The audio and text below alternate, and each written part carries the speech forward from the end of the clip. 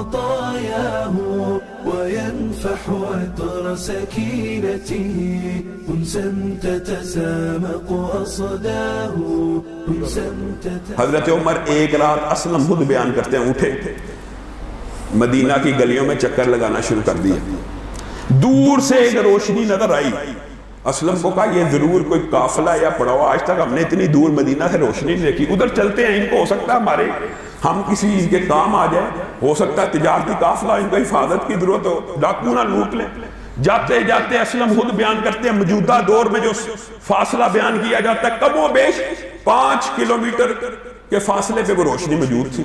5 kilometre. حضرت عمر اور اسلم پیدل جاتے ہیں. وہاں پہ کیا دیکھتے ہیں؟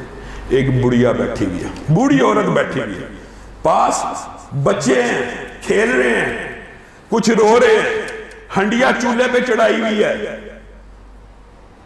بڑھیا یہ کیا ماجرا ہے؟ اور حضرت عمر کی ذرا ذہانت کے اوپر انداز کی، آگ جلی ہوئی ہے اور آگ کی روشنی موجود ہے. یہ نہیں کہا اے آگ والو، کہا اے روشنی والو خیریت سے بیٹھے ہو؟ کیا وجہ یہاں پہ آئے ہو؟ روشنی والے کہہ کے بلایا، حالانکہ آگ جلی ہوئی ہے. آگ والے کہہ کے کیوں نہیں بلایا؟ محدثین نے لکھا ہے کہ آگ والے اگر حضرت عمر کہہ دیتے تو آگ والے تو جہنمیوں کو کہا جاتا ہے. تو حضرت عمر تو اس قسم کے فقہی اعتبار سے زیرک انسان سے، ان کو کہتے ہیں روشنی والو کیا وجہ ادھر کیوں بیٹھے ہو؟ کہا بھوک سے ہیں بیٹھے، پانی میں ابال رہی ہوں، بچوں کو بہلانے کے لیے. کھانا کیوں نہیں دیتی؟ کھانا ہے نہیں ہے، مال و اسباب موجود نہیں ہے. اللہ عمر سے پوچھے، عمر کے دل کو چوٹ لگی.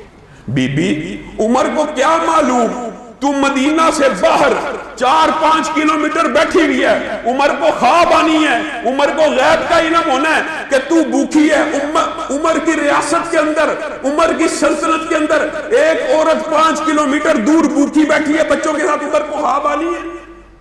عورت نے جواب دیا تو کتنا عظیم جواب دیا، اور حضرت عمر نے اس جواب کو سن کر نظام خلافت میں، اسلامی سلطنت میں کس قسم کا آرڈیننس جاری کیا. کہا اگر 5 کلومیٹر دور کی خبر نہیں رکھ سکتا تو خلیفہ کیوں بنے؟ اگر 5 کلومیٹر دور کی خبر نہیں ہے عمر کو کہ اس کی ریاست کے اندر، خلافت کے اندر ایک عورت بھوکی مر رہی ہے تو خلیفہ کیوں بنا؟ حضرت عمر کی آنکھوں میں پانی آ گیا. دوڑے اسلم کو کہا بی بی رکو. اسلم کو کہا میرے ساتھ. 5 کلومیٹر واپس گئے، گلے میں آٹے کی بوری، گھی کو اٹھایا، اپنی کمر پہ لادا. آقا رک جائیے، اسلم آپ کا بوجھ اٹھائے گا. چپ کر جاؤ اسلم، آج عورت نے جو بات کی ہے کل قیامت کے دن میرا بوجھ اٹھا لو گے. جب اللہ پوچھے گا ایک عورت بھوکی تھی، عمر تم نے اس کو کھانا فراہم نہیں کیا، اسلم میرا بوجھ اٹھائے گا. اسلم خود بیان کرتے ہیں جب حضرت عمر کسی چیز کا حکم دے دیتے تھے ہم رک جاتے تھے، کیونکہ پھر وہ ٹلتے نہیں تھے. عمر نے اپنے کندھے پہ آٹے کا تھیلا اور بورا لٹکایا اور گھی کا کنستر اٹھایا، عورت کی طرف چل پڑے. اسلم پیچھے پیچھے، حالانکہ ملازم اٹھا سکتا ہے، ہاتھ بٹا سکتا ہے، لیکن وہ 4 بر اعظم کا بادشاہ ایک عورت کی پکار کے اوپر اس کی طرف کیسے بڑھ رہا ہے. جا کے آگ کو جلایا، پھونک کو مارا. اسلم بیان کرتے ہیں اس تیزی کے ساتھ کھانے کو بنایا کہ حضرت عمر کی داڑھی کے اندر سے دھوئیں کے بگولے ہو گئے تھے. دھوئیں کے بگولے داڑھی کے اندر سے جا رہے تھے، اتنی تیز پھونکے مار رہے تھے. جلدی جلدی کھانا تیار کیا، اتنی جلدی میں تھے. عورت کو کہا کوئی برتن لے کے آؤ. عورت برتن لاتی، آپ پکاتے اور برتن میں پھیلا دیتے. عورت پوچھتی یہ کیا کرتے ہو؟ یہ تو عربوں کا طریقہ نہیں. عمر کہتے اس لیے کرتا ہوں کہ جلدی ٹھنڈا ہو جائے، تیرے بیٹے کھا لے، جلدی ٹھنڈا ہو جائے اس لیے پھیلا رہا ہوں. جب کھانا کھلایا بچوں نے سیر ہو کے کھایا، عورت کا پیٹ بھر گیا. عورت کہنے لگی کاش تو ہی خلیفۃ المسلمین ہوتا، کاش تو ہی ہمارا حاکم ہوتا. عمر کیسا ہے اس کو خبر نہیں، اور تو یہاں پہ ہمارے لیے روٹی کا بندوبست کر رہا ہے. حضرت عمر نے راز افشا نہیں کیا، کہا عورت خاموش رہ، اچھی بات منہ سے نکال. عمر سے غلطی ہو گئی، عمر سے غلطی ہو گئی، انشاءاللہ تیرے دکھوں کا مداوع عمر صبح کرے گا، اور جب تو عمر کے پاس جائے گی تو مجھے بھی وہاں پہ پائے گی. اپنا راز افشا نہیں کیا.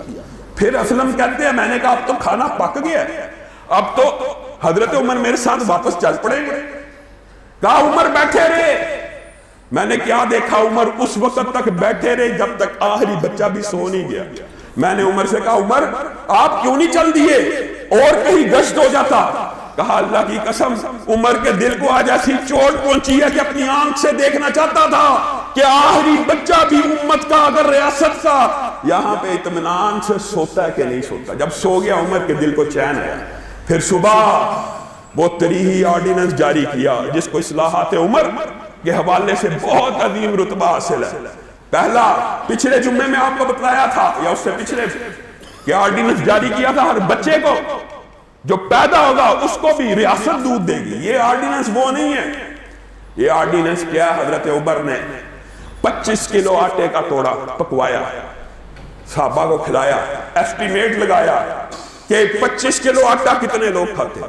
شام کو پکوایا، 25 کلو ایسٹیمیٹ لگایا کتنے لوگ کھاتے ہیں۔